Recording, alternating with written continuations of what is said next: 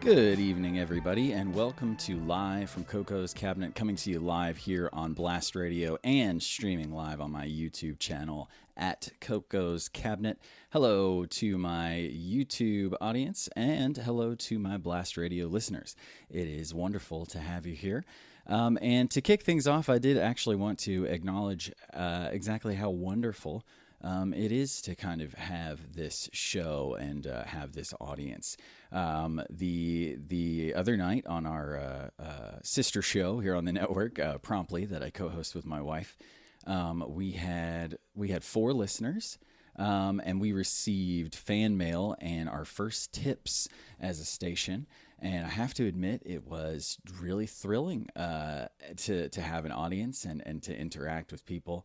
And on top of that, I was recently featured on the Blast Radio blog as a broadcaster, a highlighted broadcaster, where I was interviewed and I got to talk about how cool it was to have a radio show and how I had a radio show when I was little. I had inherited this cassette recorder. It was a player and a recorder that I had inherited from a family member, and I used to make my own little radio shows. I would record myself talking, and then I would tape some music off the radio or off of the room. You know, I would play something on the TV and record it.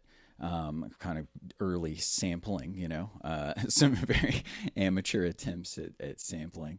And it was really great, and it was just something that I really enjoyed. And then later I actually got a talk boy, which people of a certain age will remember was featured in Home Alone 2, and Macaulay Culkin's character, Kevin McAllister, had this little handheld tape recorder. It was called a talk boy, and it actually kind of looked like this, like the gnarly hand symbol, you know, and it had a little microphone at the end and a speaker on it, and you could record, and he used it to great effect in the film, of course. You know, he was very creative with his sound editing, as we saw in the first Home Alone film. Takes it to new extremes in Home Alone 2. But I had one of those as well and kind of played around with audio in that way as a kid, and have fumbled around with podcasts. This is, you know, attempt number 7 to 17, I think, somewhere around there, of a kind of a show like this. But it's been really amazing here on Blast Radio and also trying this out with a live YouTube audience as well. Having an audience and seeing that there are people listening and people watching, even if it's not live, you know, they listen later or whatever it is. It's just really cool, and I just wanted to acknowledge how amazing that is and how neat that is for me, and that I hope I never take that for granted, having an audience. So thank you, listeners. Thank you, watchers. Viewers probably is the traditional term, not watchers, but you know, let's go with the 1984 style watchers. That's actually kind of interesting sounding. So I'm going to call my YouTubers my watchers.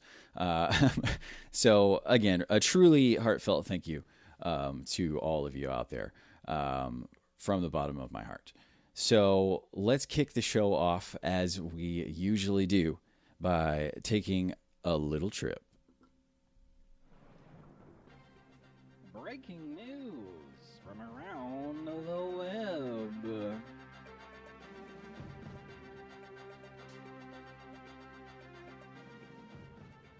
All right, that's right, folks. Breaking news from around the web. So what we are going to be kicking things off with here is the news that Julian Sands, the actor, has been missing for just over a week now. Went on a hike last Friday, I believe, and in California, and it was during some really, really rough weather. Went out on a hike and just didn't come back, and his wife reported him missing, and has been missing ever since. And it's really scary and unfortunate. Julian Sands, if you're unfamiliar, you know, check him out, get familiar. He's a great actor, great performer. One of those actors that, you know, you see and maybe you didn't know his name, but you see him pop up all the time and you're always happy to see him. when he does. And I think for genre fans like me and perhaps members of the Coco's Cabinet audience, we might know him best from the film Warlock, which I recently revisited and is just as delightful as it was. The first one's still the superior film. The sequels, they have their highlight moments certainly, but the first one is just solid from top to bottom. Also featuring a young Richard E. Grant, when he was kind of at the height of his powers and the height of his hair, certainly as well. There's a lot of really powerful hair in the film Warlock.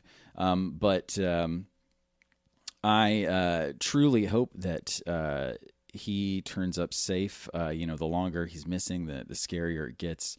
But just to sort of acknowledge that he's out there and he's in my thoughts and hopefully our listeners and our viewers' thoughts as well. We're going to check out the audio from the trailer to that wonderful film Warlock from 1989.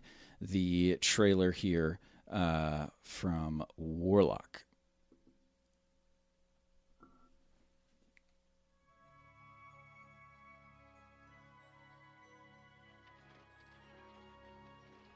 In a time of fear and suspicion, you choose to admit your crimes before man and God? His coming was foretold.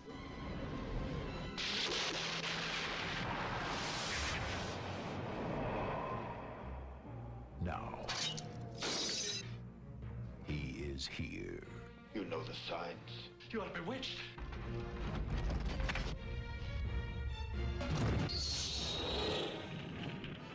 He has the face of an angel. Channel me a spirit. The charm of the devil. Hear me when I say he's evil. Evil absolute. And the powers of a god.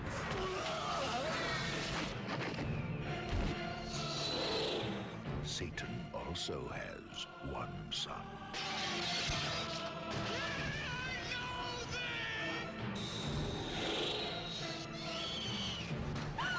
For you the first to have laid eyes upon the new Messiah. Now, an enemy from his past. Who appointed you executioner? And a girl from the present. You know what he's capable of. Next time he's gonna kill me. I'll not let him harm you. Are the only hope for the future.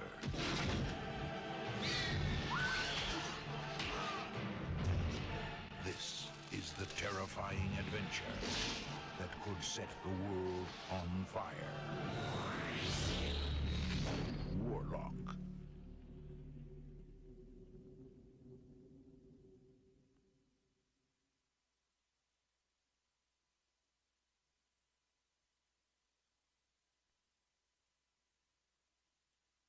All right, as we come back there, once again, that was the audio from the really wonderful film Warlock from 1989, starring the always terrific Julian Sands, who, once again, sadly is currently missing in California. Went for a hike out in some bad weather in apparently a pretty dangerous area to hike.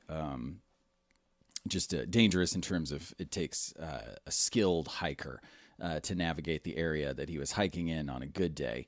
And it was during some bad weather. And they apparently had some warnings out that, even skilled hikers should avoid the area. So, the hearts and minds and thoughts and feelings and all that out there, truly, no jokes here. Really do hope he turns up all right.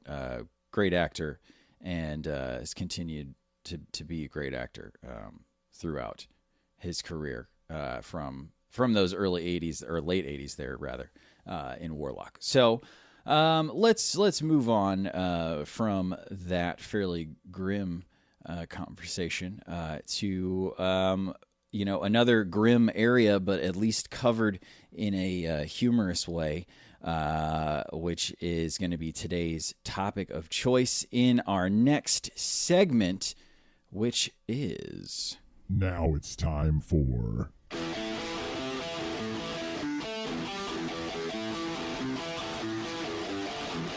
Tales from the Shelf.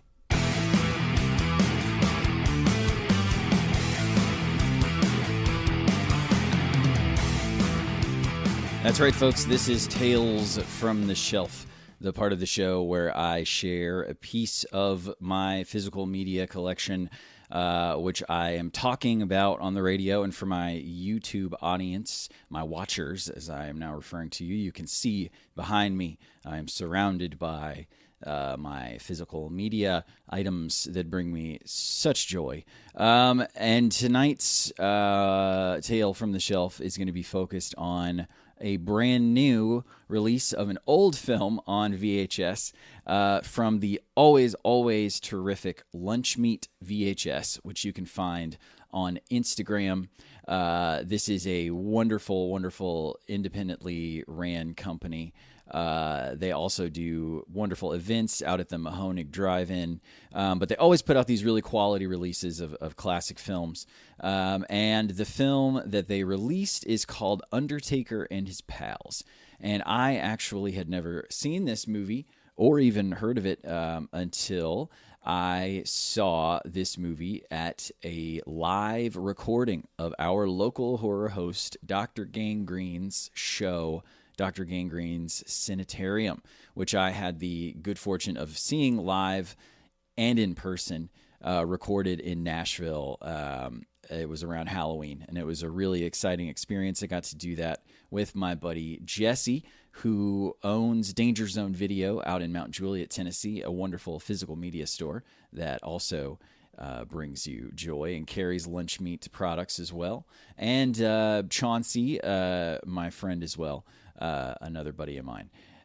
So it was great, and it's a real fun movie. It is very much a very kitschy black comedy, but very much in the horror realm. And for my watchers on YouTube, you can see it is playing over here to my left on my CRT in the background, so you can kind of enjoy that playing. And then here is the wonderful cover that they used, the original art package that they received from the promotional materials, and created the art on wonderful cardstock. Feels like the real thing for a movie that's in the public domain, that really is wonderful, and for me is also now attached to that wonderful experience of seeing it with a live audience, with my local horror host, the legendary Dr. Gangrene,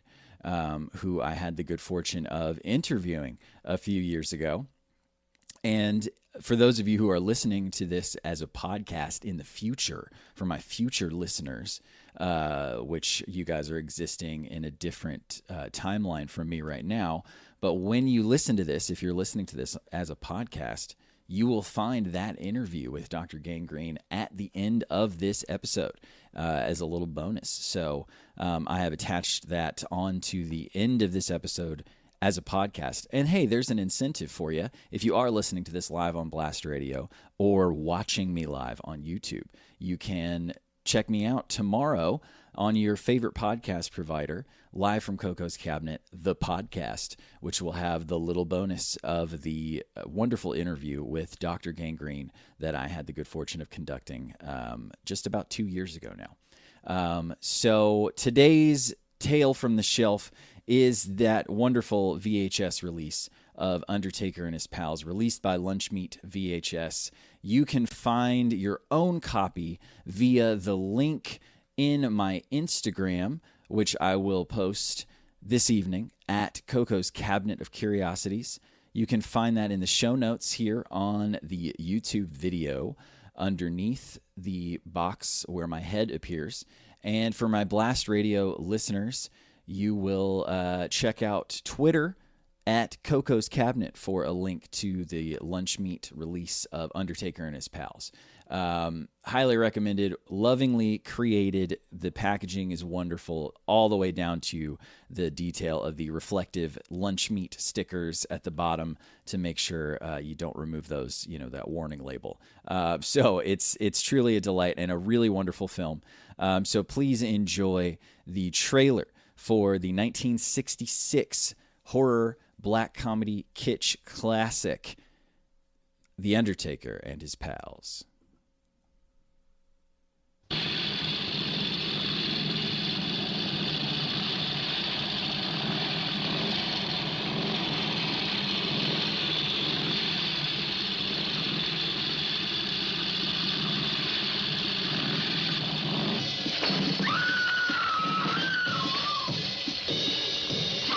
Did you ever think when the hearse rolls by that someday you are going to die?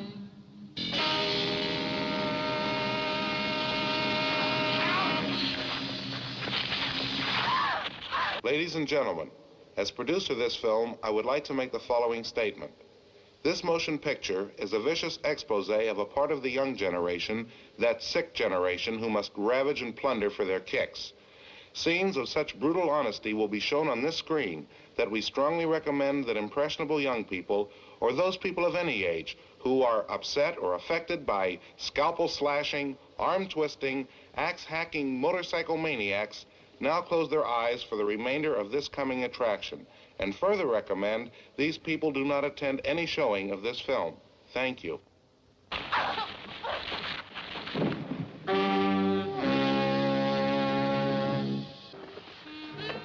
What kind of work do you do? What do you think? You tell me. Then we'll dunk you slow. Be quiet or you'll wake the neighbors.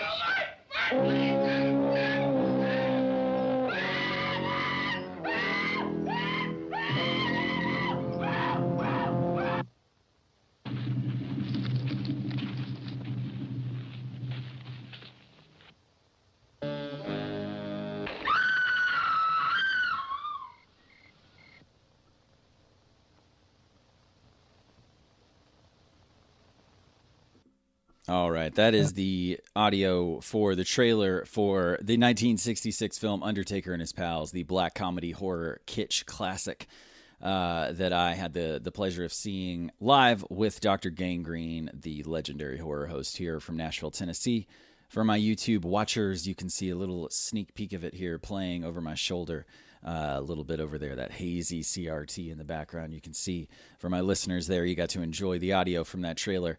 But use those links that I will provide via my social media to check out this release from Lunchmeat VHS. It is truly wonderful, lovingly created, as I said, down to the last detail. An absolutely wonderful release, and one that I highly recommend. And it is a place of love on the shelf, and it was a great tale from the shelf. But it is now time to move on to our next segment, which is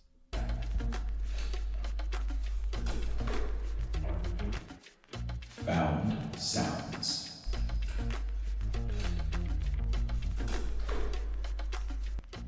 That's right. It is time for Found Sounds. This is the part of the show where I share some audio from a physical media object that is from the cabinet here that you can either see or hopefully just hear, echoing to you live on Blast Radio, or you are watching live on YouTube. You can see it around me here. What I am pulling from tonight, I was able to snag from my wonderful local used and new media store. They have records, they have comic books, they have action figures, they have everything that you could ever want. It is called The Great Escape, and it is located here in Murfreesboro, Tennessee. And I was able to check them out just the other day, and I was able to snag the vinyl release of the soundtrack to John Carpenter's Ghosts of Mars. Now, you might be thinking, but Corey, that's not the greatest John Carpenter movie. And you know what? You're right. I will say that the film is certainly not John Carpenter's best movie, but I will absolutely say that it is one of the funnest soundtracks The reason I say that, I think the best way to summarize it is in John Carpenter's own words, which if you're on my YouTube audience, you have this wonderful shot here from the record sleeve of this. I mean, does it get cooler than John Carpenter? If you don't know what John Carpenter looks like for my Blast Radio audience, he is the perpetually old dude with the cool white mustache, always has on cool sunglasses, and it just captures that vibe so perfectly here in this shot. But what he says here, I think, really summarizes why this soundtrack is just really, really special and cool. In essence, the score for Ghosts of Mars is techno-inspired as well as drenched in heavy metal. I mean, what else do you need? John Carpenter plus techno plus heavy metal, drenched in heavy metal. Thank you. Sign me up. I'll take all of that you have. And the good news is, folks, the soundtrack totally delivers. It is really cool. And he recruited Steve Vai, Buckethead, the members of Anthrax. I mean, he just went for it like in every way imaginable. It is super fun. The soundtrack is 1,000 times cooler than the movie. The movie is not as bad. It gets a really bad rap amongst John Carpenter releases, but it is pretty bad, but it's not like the worst, you know. It's no Memoirs of an Invisible Man, okay? So sorry to my Chevy Chase fans, but that is not good. That's not a good movie, and we can talk about that another time in Coco's Cabinet, but not tonight. Tonight we're talking about Ghosts of Mars, specifically the title track of Ghosts of Mars, which is called, of course, Ghosts of Mars. This is recorded featuring Steve Vai on guitar and Buckethead on keys, as well as John Carpenter on keys. This is a super groovy track. It's coming to you live here from the vinyl release that I recently snagged from my local record store, The Great Escape. Live from the vinyl release is Ghosts of Mars, the title track, performed by John Carpenter, featuring Steve Vai and Buckethead on the synthesizer, folks. The synthesizer.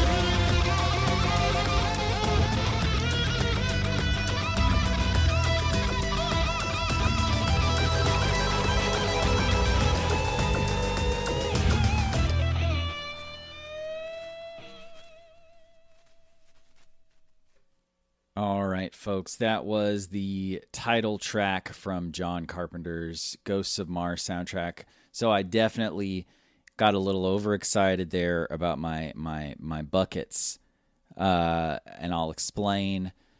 I knew Buckethead was involved in this soundtrack. Sorry for my watchers there. I had to do a little scooting. But it turns out there is actually another Bucket involved in the soundtrack. Bucket Baker is a drummer. And he was the percussionist on the track that you just heard. So it was Bucket Baker on percussion, Steve Vai on guitar, Buckethead not on that track, but Buckethead is featured on elsewhere on the soundtrack.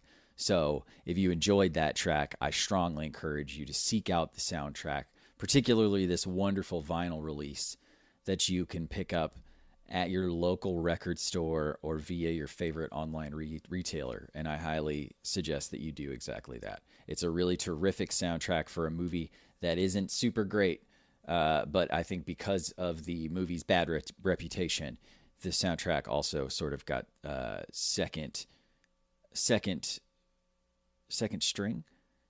That's a bad sports reference, and I shouldn't try sports references because they don't come naturally to me, so I apologize for that attempt, so it was a swing and a miss, and I'm sorry, but we're going to move on. We're going to move on to our final segment of the evening, which is always a delight, and this week is especially delightful because our friends Annie and Phil are the stars of Amore on the airwaves. Were in quite a pickle when we last saw them. They were in the Pharaoh's tomb and they were in some danger, and it was a really big cliffhanger, and I'm really excited to check back in with them. So we're going to close out tonight's show by figuring out what's going on with our two favorite daring heroes, Annie and Phil, in another chapter of our radio drama, Amore on the Airwaves, another episode of the show Curse of the Pharaoh's Tomb here on Amore on the Airwaves. Let's see how they fare. Welcome to tonight's episode of The Curse of the Pharaoh's Tomb here on Amore on the Airwaves. Brought to you by Promptly, the prompt-based radio show where husband and wife team Hillary and Corey create competing playlists based around a prompt here on Blast Radio at 7 p.m. Central Time on Thursday nights.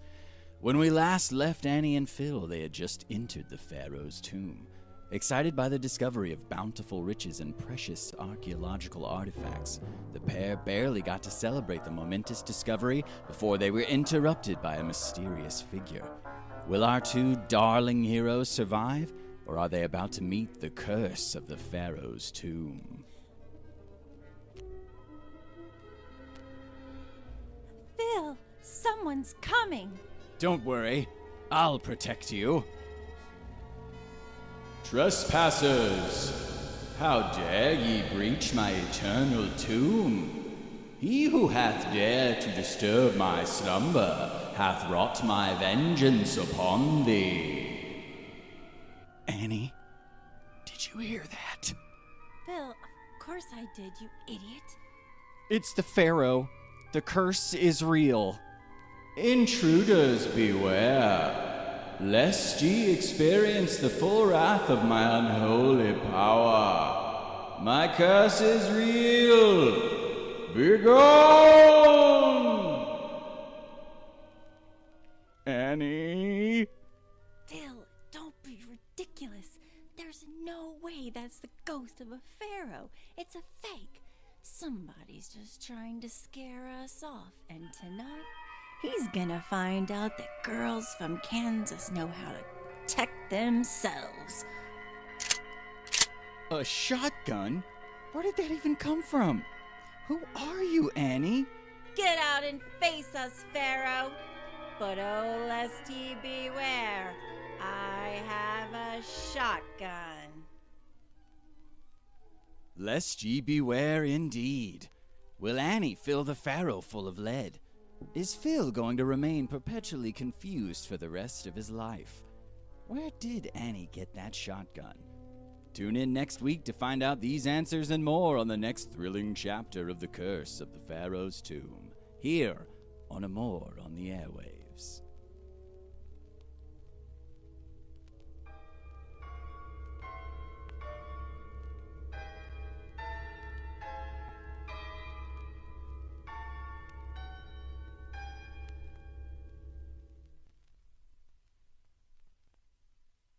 Wow.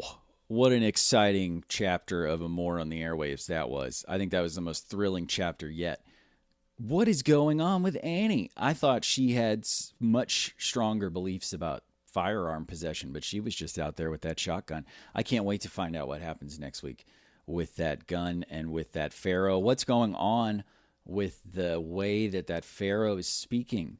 I don't understand why an Egyptian man or ruler of any kind would speak in that sort of way. But perhaps we'll all find out exactly what's going on next week when we hear another chapter of The Curse of the Pharaoh's Tomb there on Amor on the Airwaves. But that was such an exciting chapter. It really was.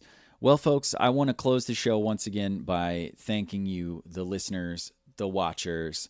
To be here with you is truly a joy. And I hope I never take it for granted. It's really thrilling to have people that, for whatever reason, want to listen to me talking and watch me creating weird videos. So I just want to say thank you to each and every one of you. And I mean that from the bottom of my heart. And I hope that you all have a beautiful night, a great Saturday night. And the good news is I am here to help you have a great Saturday night because my YouTube audience, I will be saying goodbye to you. But this is the part where if you've only ever watched me live on YouTube, this is where you are going to go out there and you're going to download the Blast Radio app and you're going to see what all the fuss is about, because I am going to leave you here, leave the cabinet in this capacity, and I am going to switch over to my musical DJ host capacity, and I am going to share some really wonderful Saturday night grooves where it shifts from it's Coco's curated classics or something like that, you know? It's one of those situations where we don't have a title yet for the segment because it's just a thing that happens. You play music, you have fun with it. So for my YouTube audience, get yourself the Blast Radio app because we're about to switch over to the full-on musical. We're going to share some grooves with you. It's going to be fun. It's going to be great. And I want to thank all of you once again for tuning in on Blast Radio, for watching me live on YouTube. It's my great joy to be here with you as a host on this program, live from Coco's Cabinet. Follow me on Twitter at Coco's Cabinet. Follow me on Instagram at Coco's Cabinet of Curiosities. If you're not subscribing to the YouTube channel, if you're liking the videos at Coco's Cabinet, you should do that. It's really cool when that happens as well. So find me on social media for my YouTube audience. This is good night. And I will see you next week here on Live from Coco's Cabinet. For my Blast Radio listeners, hang out for just a minute, and we're going to get back on here with some grooves for your Saturday night. Thanks again, everybody, and have a wonderful, wonderful evening.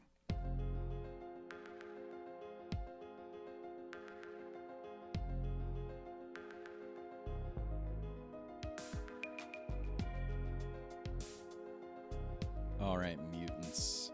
What follows next is an interview that I conducted a couple of years ago on my previous podcast, The Secret Cinema Society, with the inimitable and legendary Dr. Gangrene himself, Larry Underwood, our local horror host from Nashville, Tennessee. We talk about his career, we talk about all kinds of fun stuff, and I also give you a nice little history of horror hosts and some resources where you can learn more. So, as a bonus for my podcast listeners, please enjoy this interview with Dr. Gangrene from my last show, The Secret Cinema Society.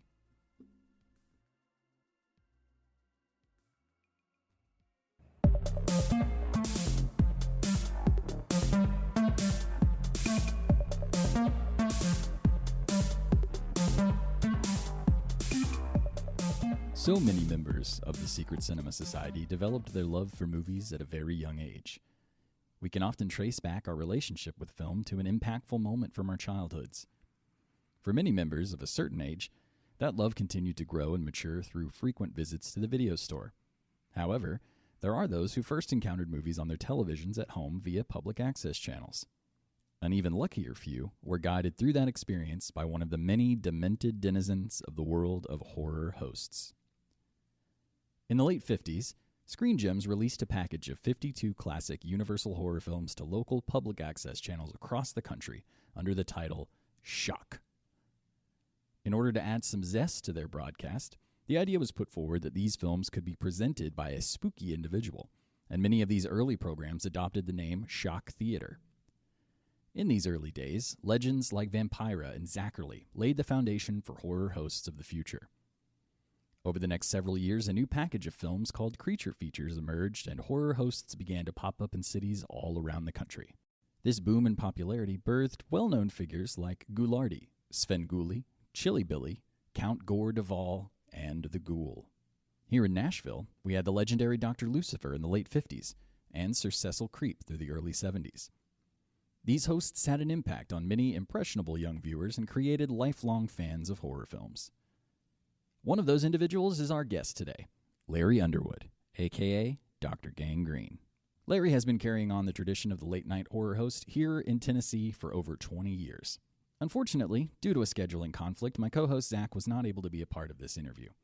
But in Larry and I's chat, we discussed his journey from fan to host, the birth of the character Dr. Gangrene, and what it's like to keep this wonderful tradition alive.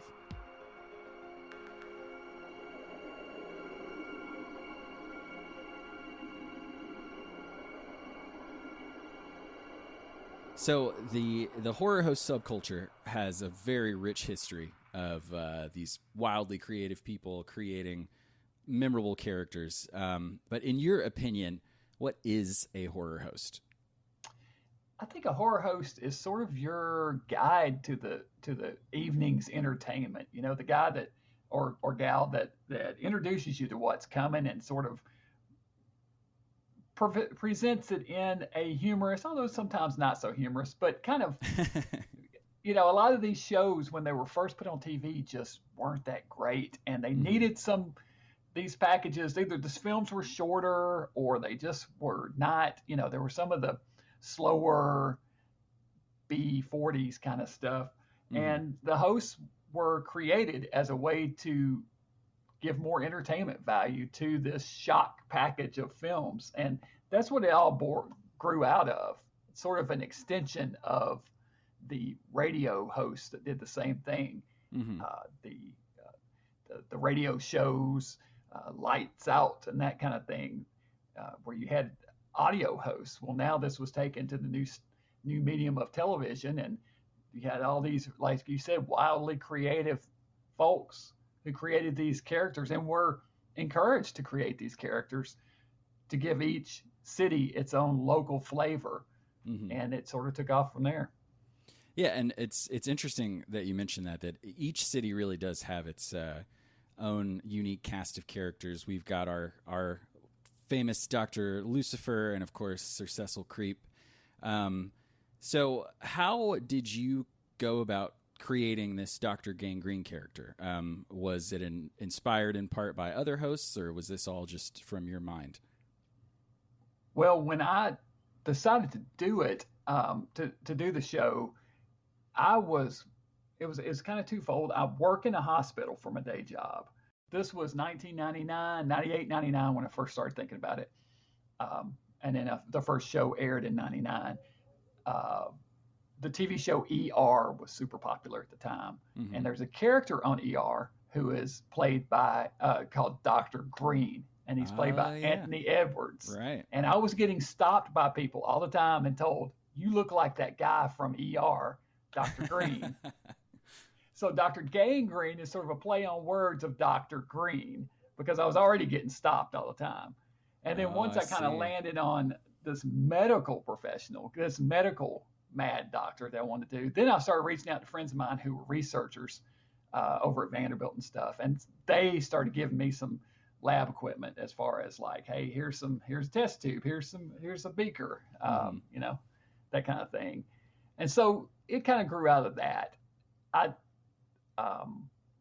there weren't any hosts on the air at the time. Elvira, of course, had been on in the 80s, and Up All Night and that kind of thing, and Joe Bob Briggs had been on, but there was nobody doing it. So I said, well, if nobody else is going to do it, I'll do it. Right. Matter of fact, I remember an article from Jim Ridley in the Nashville scene right around just about a year before this, I think, where he said, Nashville doesn't need new high rises. Nashville doesn't need more bands. I can't remember the exact quote he said, but what we do need is a late night horror movie host. So there you go. Yeah, so you're just kind of filling the gap there. There was a need for it, and that's so interesting. I had no idea it was a kind of a veiled ER reference there. It is. And it's also, so I guess thinking about it, it's all Jim Ridley's fault. We can blame him, yeah. Jim was a good friend, and he was always a huge supporter. He loved that I was doing this and was always plugging all my events and the show itself in the scene. So I appreciate and miss Jim.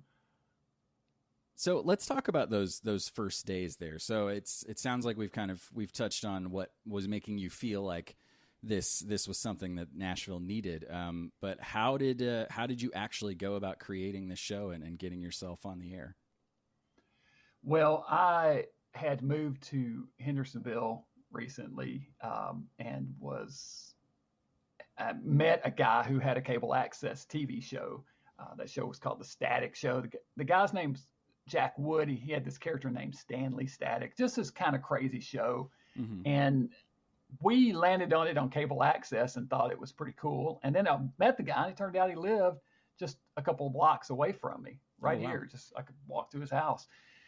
And Jack, I started asking him questions about it. I was just kind of curious as to, what went into it. I had dabbled with the idea of doing a cable access show back in the 80s, and actually went to the station and talked to them went to a meeting once where they were discussing it. And at the time, I don't know, I was all over the place as far as, as a kid, whatever. And so didn't really have the focus to do a show like this. Even if I had done it, if I'd followed through with it, I wouldn't have done more than a few episodes probably. Right. But being a little bit older and having more of an ability to focus, I was asking him about it. He said, he really was encouraging. I said, you should do this, Larry. You'd be good at it, I think. And so here I am 20 some odd years later still doing it. So I guess he must have been right. So that's kind of another aspect I wanted to talk about. You have been doing this for a good while now, and you've been on a variety of networks. Can you kind of walk me through the history of the show? Yeah, sure. So first I put it on Hendersonville cable access here in town locally, and then pretty quickly, within a couple of months, reached out to Nashville cable access, and they started running it there. It was a half-hour show at that time.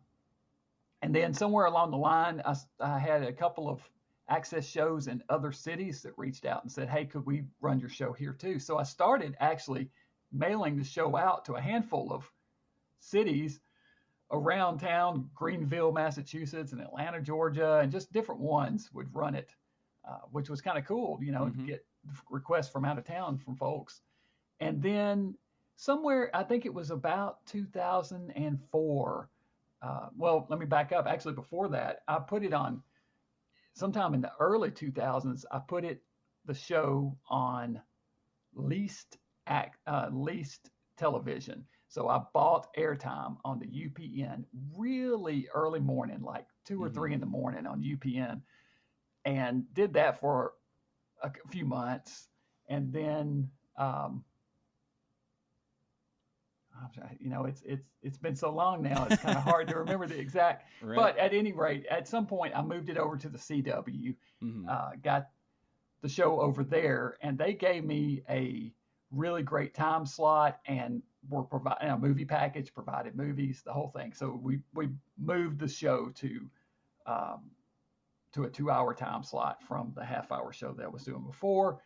Did creature feature, Dr. Gangrene's creature feature there up until about 2010, kind of off and on. We'd put it on for a while and then take it off for a year or so and then come back. But then I did Dr. Gangrene's, the show changed names from another thing, kind of a few name changes. Chiller Cinema to the Mad Movie of the Week was a little side project while I was running Chiller Cinema, to Dr. Gangrene's creature feature, to Dr. Gangrene Presents, to my latest show, which is Dr. Gangrene's Sanitarium. And that one, I'm back on Access now. And that happened because after I stopped running the show, actually it was about 2013 is when I stopped with Dr. Gangrene Presents. It was 2013. So I was off the air for a few years. And then in 2019, it was my 20th anniversary. And the station, the CW station manager reached back out and said, "Hey, Larry, we should do something for your 20th anniversary. And so let's get you back on the air." So I did a new series of shows, 4 episodes. I kind of didn't want to do the same show. I wanted to do something a little bit different. So rebranded it Dr. Gangrene's Sanitarium, built a new set, and did 4 episodes that year. And then the following year in 2020, kind of went full bore into it and did the weekly show again. And so, yeah, it sounds like even the format of the show changed several times, with the traditional hosting of a full movie being kind of the norm, I guess, which you have done and are doing now. But tell me about when the show was half an hour. How was the show structured then? The initial half-hour show, Chiller Cinema, it was sort of a variety show. It would be interviews, it would be skits in the lab, it would be movie reviews, talking about movies, showing trailers. It was all about the movies, but not able to show the movies. Although occasionally I would take a movie and chop it down to 30 minutes and just, kind of just the best bits of it. But yeah, that's kind of what that show was. Dr. Gangrene Presents, the show that I did later in 2012 and 2013, I took old public domain television shows like One Step Beyond and Lights Out. I would cut out the host bits and put my own host bits in there. So it was, again, a half-hour show. The reason for that being the movie package the station was giving me for Creature Feature. They finally dropped that movie package right around 2010, 2011.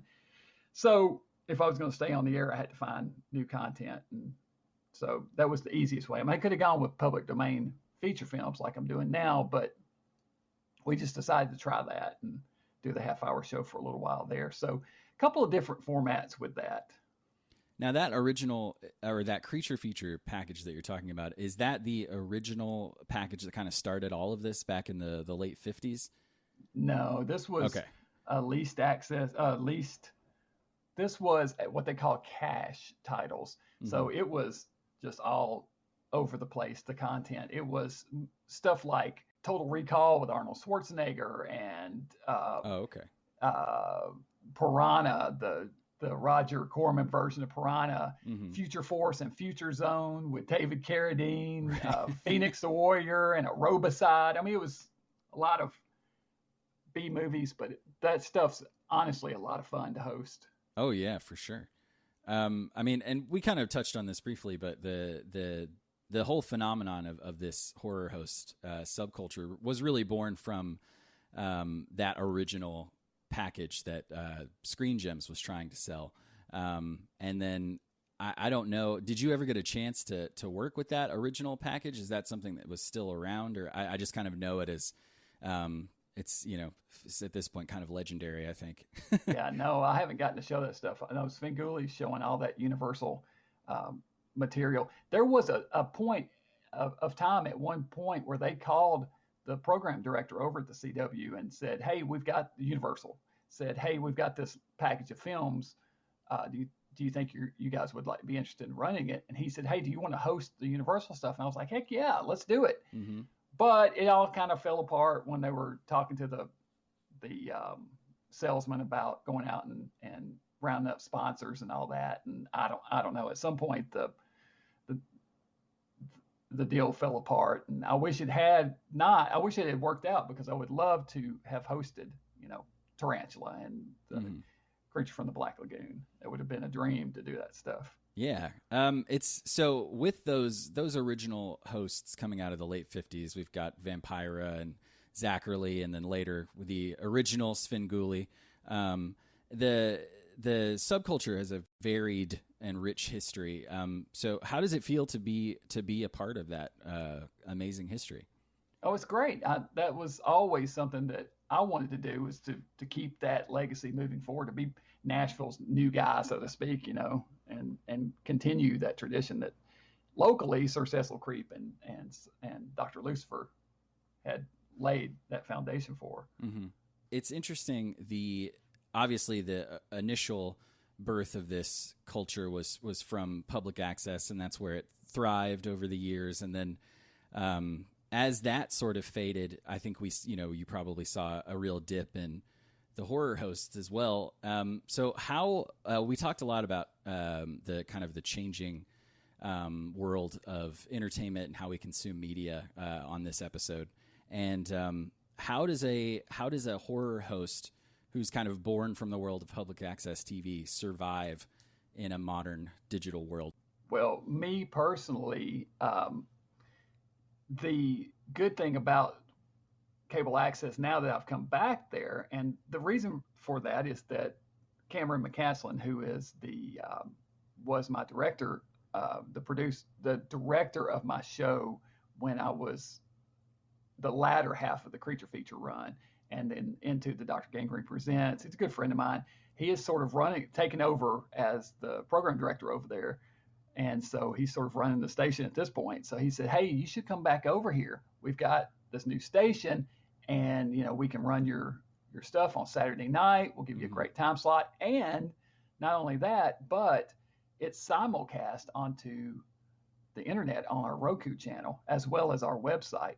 Mm-hmm. So now with new technology, that option of streaming video never existed in the initial runs of my show. So it wasn't ever anything. We always knew it was going to be one day a thing that would be possible, but it wasn't. It wasn't. I mean, I was editing on VHS tapes when I started the show. Right. We couldn't even do computer editing yet in 1999. But now with the ability for them to simulcast all and stream on Roku and their website, it's great, because that opens up the audience to not just local folks, but people all over really the world who would be interested in watching. Yeah, it's really incredible. You get honestly your reach certainly increases, which is pretty neat. And you're able to reach, people that maybe would never have known about horror hosts or some of these films that you're sharing with the community. So it sounds like it's a pretty cool, a good way to have rolled with the punches there. And then also, good for you as well. It is. I mean, of course, you run into the whole thing of you just have to get the word out, and how do people find you? And that's where, of course, social media comes into play and is an important thing for people that are interested in this type show. And let's be honest, it's a niche. It's a niche thing. Right. I mean, it's as big as some horror hosts are. Even Joe Bob Briggs and Svengoolie have a niche. If you go into Kroger, for instance, and you just walk up to a random stranger and say, "Hey, did you watch Joe Bob Briggs this Friday?" They'll have no idea what. Right. Did you watch Svengoolie? Huh? Now, in Chicago, they might not, that's because horror hosting, despite this global accessibility, really works best on the local level. Mm-hmm. People can say, "That's my guy, that's my gal, my girl." That it's something that is consumable certainly by out of town folks, but the ability to meet people in person and shake their hand and know that they're part of your community takes it even that next notch. Yeah, and I think it's the relationship that gets formed between the audience and their host it's very strong, and I think that's one thing that I think is really interesting about this. With a lot of current horror hosts will talk about seeing a certain program when they were a child that, you know, had this huge impact on them. And then you have like the current Svengoolie being son of Svengoolie at first and kind of inheriting that title. And a lot of it seems to stem from these kind of childhood early experiences with either actual horror hosts or even just the type of films that are being covered. And we talked about that also on this episode, kind of those the impact of those childhood experiences. So did you have kind of a memorable experience with a horror host at a young age, or where did that interest for you kind of come in? Yeah, I mean, I was introduced to the films themselves first on probably weekday afternoon. There was a show called The Big Show that ran in the afternoons after school. Mm-hmm. And they ran all kinds of movies, but they would occasionally run the Universal Horror Classics. And so, you know, they would have, I remember really clearly a series of themed weeks they did, where they would have a Frankenstein week and they would show all the Frankenstein films, and a werewolf, Wolfman week, and they show all the Wolfman, Creature week. I remember watching the Creature movies there for the first time. So I remember that. Sir Cecil Creep was our guy from 70 to 73. Now I was pretty young at that time, because I would have been like 4 when he started. Actually, probably if he started earlier in the year, which I think he did, I was probably 3 at the time he started. So obviously I wasn't watching at 3 years old. But I did get to meet him at a Boy Scout event once. They had some event where Sir Cecil Creep was there. I almost think it was at one of the kite derbies that he was there also, because they would do this kite derby where you build kites and have contests for highest flying, best decorated, you know, whatever, and give out awards. But met him and got a patch that says Sir Cecil's Ghoul Patrol. That's actually the patch that's on my lab coat right now. That's you know what, I have, I'll tell you, sir, that those are hard to come by. I've checked eBay many times, and I don't think anybody wants to part with them. And that's especially cool that you came by it, you know, from the man himself. That's pretty amazing. Yeah, I have this memory of standing in front of him and maybe this is, you know, 50 years down the road, remembering 40 something years later, remembering the way I want to remember it. But I kind of have a memory of standing in front of him and wanting to tell him, I want to do what you're doing, but him getting pulled away by other kids before I had a chance to. But I do remember kind of saying hi to him and speaking to him. That's amazing. I mean, even if that's a created memory, it's a really good one. So I think you can stick with that for the. I can tell you another memory though that is true. In high school, it was near yearbook time, my senior year, and they were passing around this list, this clipboard was going around, and they said, we want everybody to write down where you'll be in 10 years.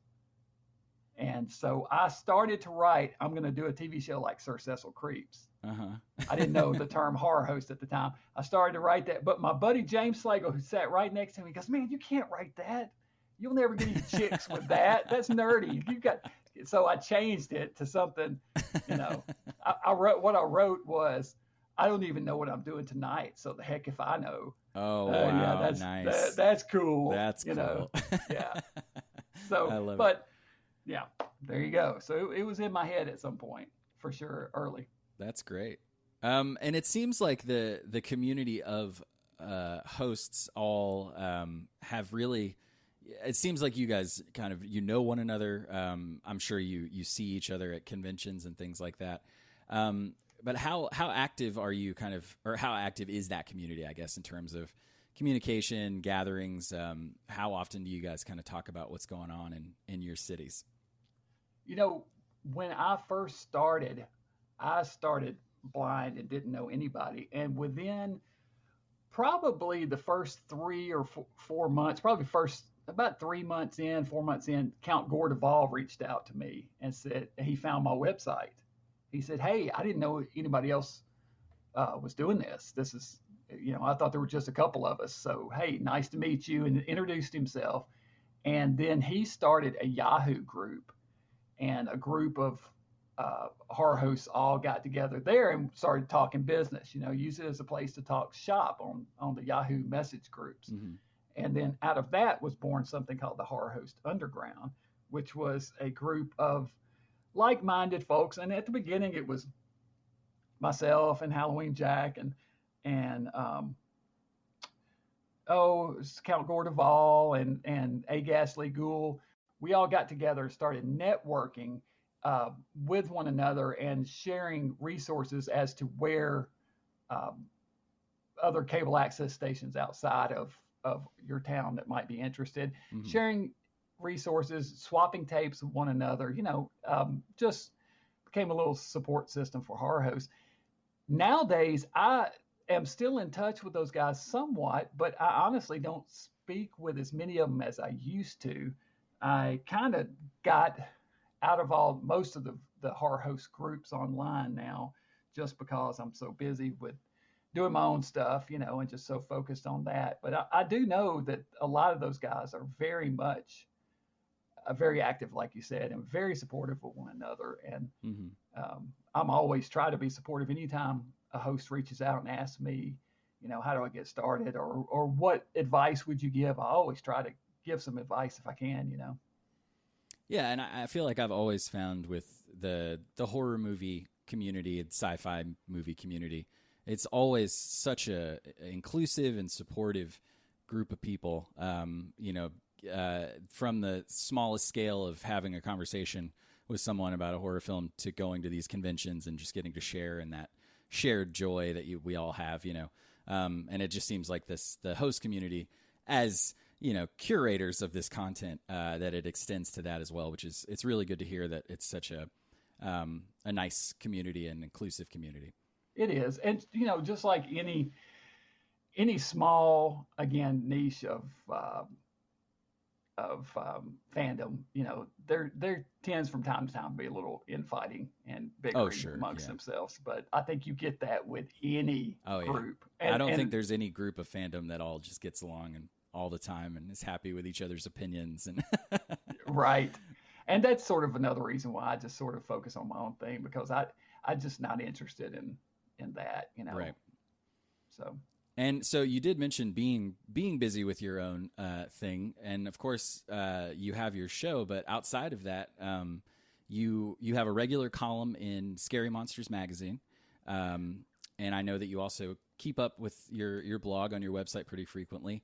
And you are a published author, and you have a film now, just recently released, that is based on that short story collection that you published. So tell me a little bit about that side of Dr. Gangrene, the writer. Yeah, I mean, I've always enjoyed that. It's something that as I went along, I discovered I was better at writing, something that I discovered I enjoyed doing. And really, that's what every episode of the show becomes, is another writing episode, another chance to do something creative, enjoy writing, interviewing folks, and writing short stories. And we did make the movie this past year, in 2020. I published a collection of short stories. I wrote them in 2013 and published them in 2014. So when the show ended, that Dr. Gangrene Presents, I decided to kind of turn towards writing for a while, and that short story collection was born out of that exactly that time period, and that was a lot of fun. And so Cameron McCaslin reached out to me and said, we had been working on some short stories together, and he said, I want to adapt one of the stories from your book, because he really liked one of them in particular. And I said, that's fine, yeah. And then he said, well, why don't we just call the whole thing, Tales from Parts Unknown? And kind of at first wasn't sure, but then the more I thought about it, I said, yeah, that'll be fine. So only one of the story, it's an anthology film, and one of the stories in it is from that collection. I wrote some new stuff for the movie, specifically a couple of new segments. And then one story is one that is based off of a folk tale that Cameron grew up with in Texas called Talipo. And so right, that's the one that opens the film. Yeah, that's the one that I did not write. Is based on that folktale. But all the others are either new things I wrote or are from that collection of short stories. Yeah, it's definitely it really it honors the tradition of the horror anthology film, but it extends that with the host, which reminded me a lot of John Carpenter's Body Bags, where he was playing this mortician, very Tales from the Crypt kind of vibe, but in a film format rather than TV. And I think you pay homage and definitely do that genre justice with the film. I highly enjoyed it. I appreciate that, and you nailed it exactly with Body Bags. The initial idea for Tales from Parts Unknown was not going to have the same wraparound that we wound up with. Initially, there was a whole other wraparound segment that we were planning to shoot that involved some of the actors from every story into a new story that stretched between all the different segments. But because of coronavirus, because of actors moving, they scattered everywhere. We had one in California, one in Indiana, one in Carolina. I mean, after we shot those shorts, everybody moved. So just the logistics of everybody getting together. And then when the corona apocalypse hit, that sort of really put the kibosh on that idea. So it was either let's wait until who knows when it'll be okay to shoot again with a group of people, or we can sort of fall back and regroup and do something different. And one of the templates of, well, what I wanted to do all along was to make it sort of in the style of the Amicus films, because Amicus, those films, Tales from the Crypt, Vault of Horror, House that Dripped Blood, Dr. Terror's House of Horrors are some of my absolute favorite films. But Carpenter's Body Bags was one that I saw that I said, hey, Cameron, check this out, because, I'm a fan of that film, and Carpenter's doing kind of exactly what we're thinking about. And he watched it and he said, yeah, I get that. I think you're right. I think we can pull that off. So, well, nice. I'll have to give myself a horror fan point for absolutely being spot on there. You got it. So you also, I know that you host a yearly Halloween gathering. That's correct, right? That's right. So I'm certain you weren't able to do it last year, but tell me a little bit about that event and if we can look forward to one this year and what your plans are going forward. Yeah, it's Dr. Gangrene's Horror Hootenanny, and it started as a fundraiser for the show, actually, back in 2000, and I think it was 3 or 4, when my show I was paying for airtime, and the show was on the air and was running every week. Gino Royd of the Creeping Cruds is a friend of mine, and he was watching the show back then. And he said, man, I want to help you out. Let's do a fundraiser for the show. So he said, I can put some bands together and we'll do this thing, and we'll do a raffle and raffle off some events, and we'll put all the proceeds towards your show, keeping you on the air, which was awesome. Yeah. And we had such a good time doing it that we just decided to keep doing it every year. And so here it is, 16 or so years later. We did have to skip last year, and we thought about doing a virtual one, but just really didn't think we could pull it off, and it just wouldn't be the same, Right. Don't know this year what we're doing quite yet. I mean, things are better as far as the coronavirus and everything, but who knows, Right. I don't know. It's all very fluid still. I actually spoke with Gino about that the other day, and he's still kind of not sure also. So I don't know. I guess it's up in the air. I would love to do another one and keep it going and at least get to 20, but we'll see. We've done 16, I think. So last year, since I know you didn't do the Hootenanny last year, but you did do kind of a for your YouTube channel, kind of a long form analysis of Edgar Allan Poe on film, if I'm not mistaken. Is that right? That's correct. So tell me a little bit about that. Was that born from not being able to do the gathering, or was that just something that you were interested in? I think that obviously kind of ties into your interest in film writing and film analysis, because you were able to do a little bit more of that kind of thinking there. But what was the genesis of that? Yeah, on the YouTube channel for the last 3 or 4 years, I've done a Halloween countdown like that, where I take a particular top genre of film, and I will pick 31 movies and do a review of those 31 movies, and then post them at one a day, every day throughout the month of October. Did horror anthology films one year. I did rat movies one year. I did the Edgar Allan Poe thing last year, and that one was actually a viewer recommended topic that I actually opened it up to recommendations and said, hey, tell me what you guys would like to see, and then I just chose one at random. And I actually have done the same thing for this year. I just haven't chosen which one it'll be yet this year, but I will do it again. I'll do another countdown, 31 movies, and hopefully it'll be something that I'll feel that I actually want to watch. Right, that's a lot to watch. Who would you say is your all-time favorite horror host, if you had to pick just one? I would say John Zachary. I think Zach just is the best. I mean, he was sort of, when I think of horror host, Zach is what comes to mind. He just set the template for so many of the things that you see hosts do nowadays. I mean, Vampira did it before him, but she was short-lived and didn't have anywhere near the reach of Zachary. I mean, I say that. Obviously, she's iconic for the look, and the people caught on to her years later, but her show itself was so short-lived.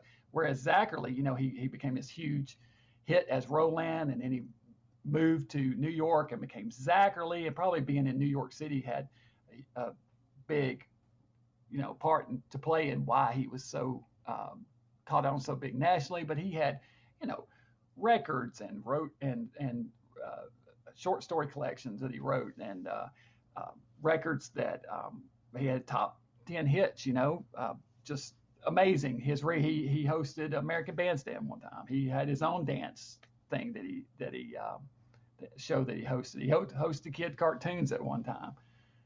And I got to meet Zach also. So that's amazing. Yeah, I mean, it was really one of the cooler things. And a picture of the two of us ran in USA Today. So oh wow, that was awesome. He was just also one of the best. He pioneered some techniques like cutting himself into the movie. He was the first one to do that, to show, the movie will be going on and they'll cut to him doing some silly skit that ties in really well with what the action of the movie is. And that morphed into, what hosts do today, cutting themselves in the movie, and even in Mystery Science Theater sort of is, just an extension of that even further. Yeah, definitely.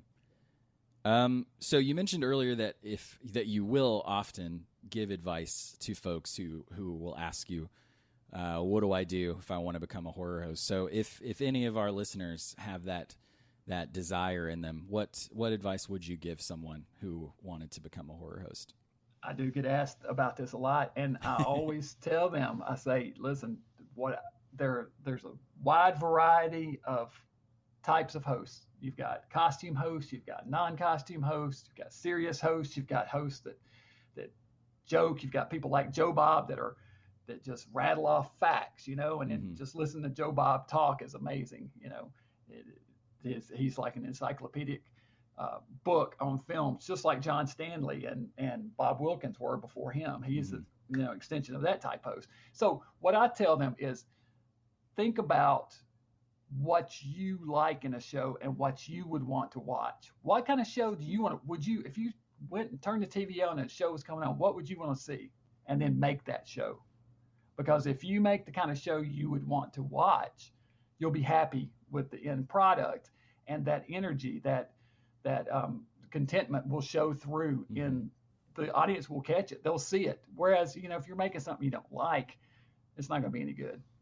Yeah. So that's the number one piece of advice I tell people. And, don't expect this to be, it's going to take a while. It's a long-term thing. Right. It's a long-term endeavor.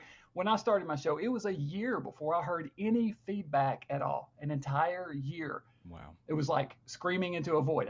Is anybody even watching this show? I have no idea.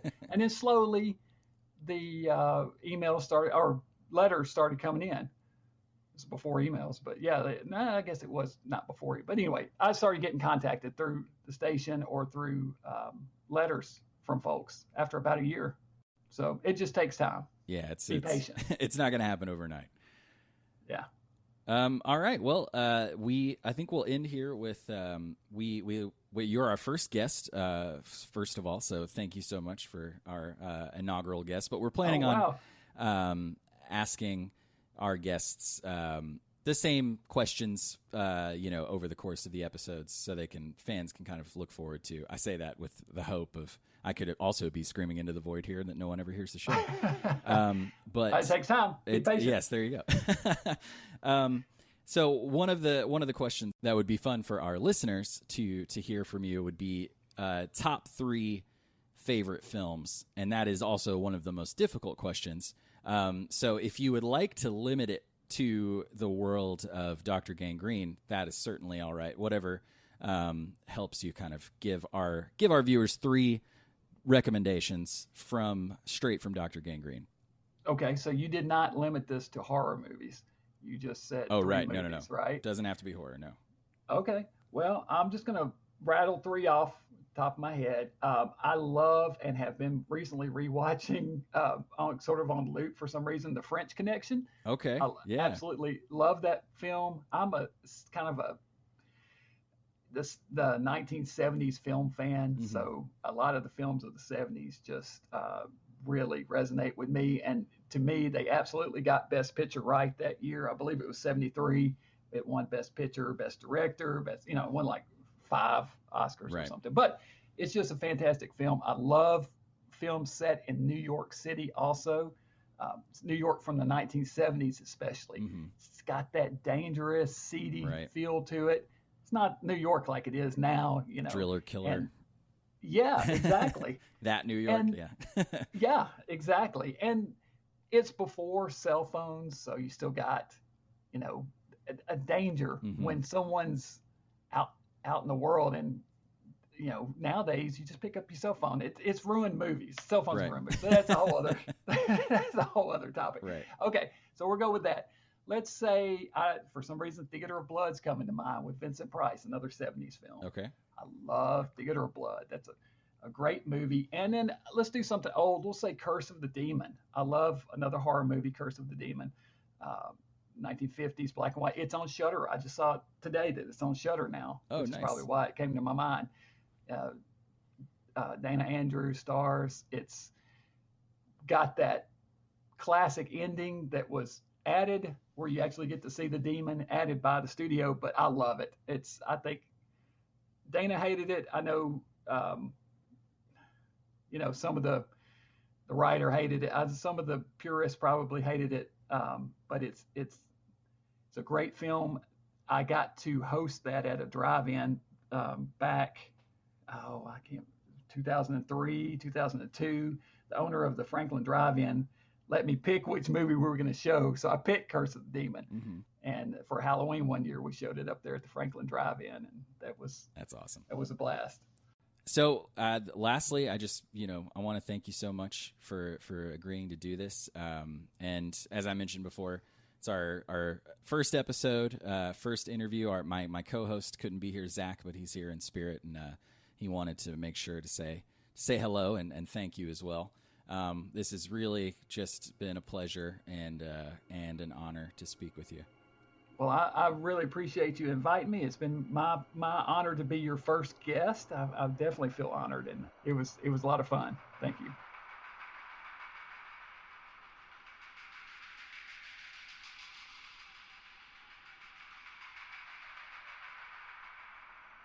You can find Dr. Gangrene every Saturday night on Nashville's NECAT Network, hosting Dr. Gangrene's Sanitarium. Also, Dr. Gangrene's Mad, Mad, Mad blog can be found at drgangrene.com, which also features a collection of Larry's writing on film, reviews, and clips from his old shows. Be sure to check out Dr. Gangrene's YouTube channel and follow him on Twitter and Instagram at Dr. Gangrene. One last huge thank you to Larry Underwood for being our very first guest. If you want to learn more about the history and impact of horror hosts, we here at the Secret Cinema Society highly recommend John E. Hudge's documentary, American Scary, which features interviews with dozens of horror hosts along with celebrities and fans.